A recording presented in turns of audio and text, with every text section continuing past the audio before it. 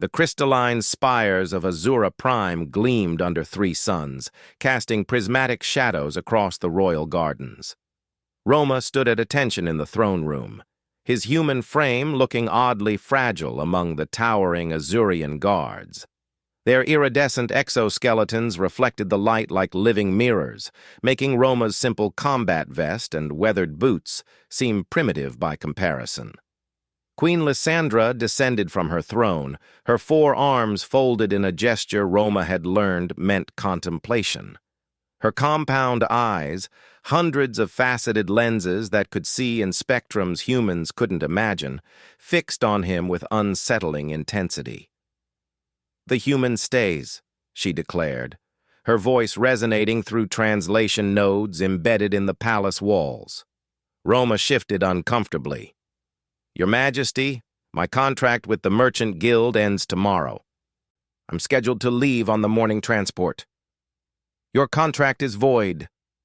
The Queen's mandibles clicked, a sound that made the courtiers fall silent. "You saved my daughter's life. On Azura, such a debt cannot be dismissed with credits." 3 days earlier, Roma had been just another hired guard, one of dozens protecting the royal caravan during Princess Anna's diplomatic tour to the outer colonies. The Azurians were an advanced species. Their technology could manipulate gravity, fold space, and harvest energy from stellar cores. But they had grown comfortable in their superiority. That comfort nearly cost them everything. The attack came from the Vex, a hive-mind species that had been silent for centuries. Their ships tore through Azurian shields like tissue paper, their adaptive weapons learning and countering every defense in real time. The royal cruiser's AI calculated survival probability at 0.003%. The Azurian guards had frozen, their tactical processors overwhelmed by the Vex's chaotic attack patterns. Their training emphasized calculated responses, optimal strategies, perfect execution. But the Vex didn't follow patterns. They were entropy given form. Roma didn't freeze. While others waited for their armor's AI to formulate a response, Roma grabbed Princess Anna, all 7 feet and chitinous elegance of her, and ran. He didn't calculate angles or probabilities. He trusted his instincts, that primitive human intuition that had kept his species alive through ice ages and apocalypses. When a Vex drone cornered them in the cargo bay, Roma didn't wait for a tactical analysis. He overloaded a plasma coil with a fire extinguisher and his belt, creating an improvised explosive that would have made any Azurian engineer recoil in horror at its inefficiency. It worked. The drone vaporized. Anna had stared at him with her multifaceted eyes, mandibles slightly agape. "That should not have been possible. The energy conversion ratio—" "Doesn't matter if we're dead, Princess," Roma had replied, pulling her toward the escape pods. They'd survived 2 more encounters before rescue arrived. Each time, Roma did something that defied Azurian logic. Used weapons incorrectly, broke safety protocols, made decisions without calculating outcomes. Each time, it worked. Now, standing before the Queen, Roma understood he'd become something uncomfortable, a reminder that the Azurians' technological superiority had a blind spot. "Your Majesty, I'm honored, but I'm not a citizen. I don't even have clearance for most of your city." "You will be granted full citizenship," Lysandra said. "You will be given quarters in the palace. You will train my guards in your methods." A ripple of distress passed through the assembled Azurian military commanders. Their carapaces shifted colors. Embarrassment, Roma had learned. "My methods?" Roma couldn't help but smile. "I broke about 40 safety regulations and made bombs out of fire extinguishers. That's not training material. That's a court-martial."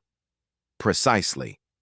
The Queen descended another level, bringing her imposing form closer to Roma. "My people have forgotten how to be imperfect.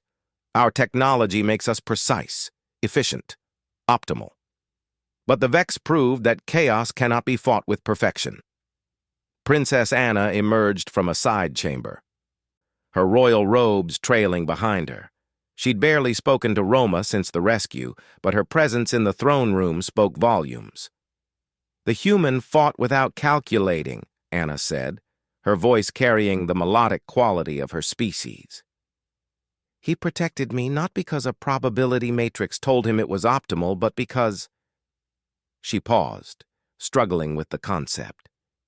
"Because he chose to. Because it was right." Roma finished quietly.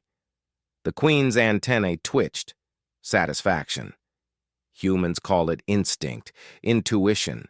We have algorithms for everything, but we've lost the ability to simply act. She turned to address the full court. "Roma will stay as Anna's personal guardian and as an instructor to our forces.